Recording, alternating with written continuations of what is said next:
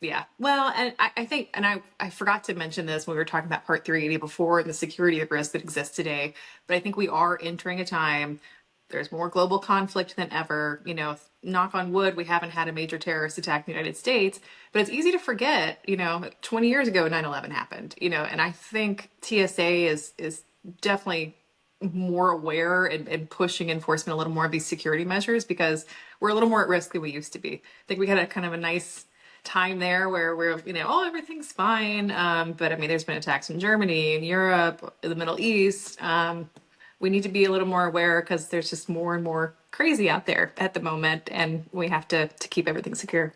Yeah, and what you're also seeing, not only with the vetting too, is you're seeing these confirmation or interactive processes, right? So EU Lisa that's coming in the EU, where you're transmitting your visa information or transmitting your passenger to validate their visa information, receiving a go or no go message before you ever depart your origin, right? Your point of origin.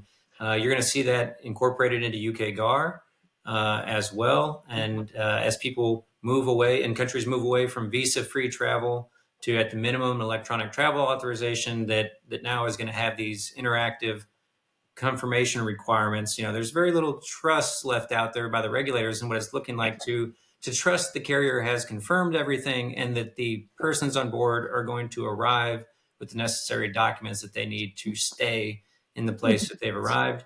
And so they are doing their best to provide checks and balances to that front. But visa-free travel is going away, slowly, maybe not Yeah. so slowly in some places. And then the validation of the ability to travel pre-flight is increasing.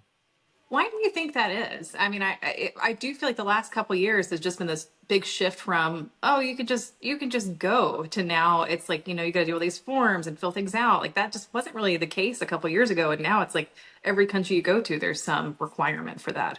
Yeah, the tax environment is exploding. The data environment is really exploding, and it's multi-purpose, right? I mean, there's revenue to be claimed on these passengers for passenger taxes and things like that. So knowing, and then there's just the fundamental ways or reasons for knowing who is coming to your country, and I think some of this is also cost saving measures of having less people who are required to facilitate things on the ground for people who didn't show up and do the right thing ahead of time, and pushing people into a proactive situation pre-trip, pre-flight, putting more responsibility on the traveler, more responsibility on the operator.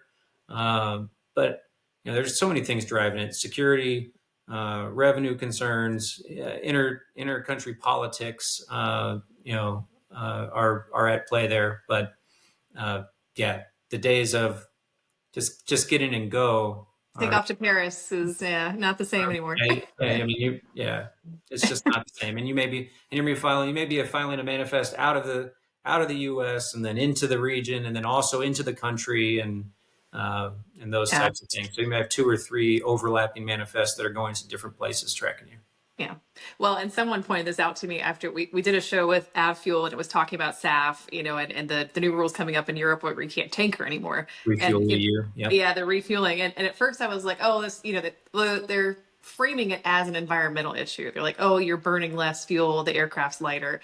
But when you actually kind of scratch under the surface of that, it's like, no, they want you to buy the fuel in their country. They want to collect the taxes on the fuel. They don't want you tankering, cheap fuel from Greece to France, and I'm like, oh yeah, that's why that is probably working that way. There's an environmental side of it, but I don't think it's as front and center as they would like to say.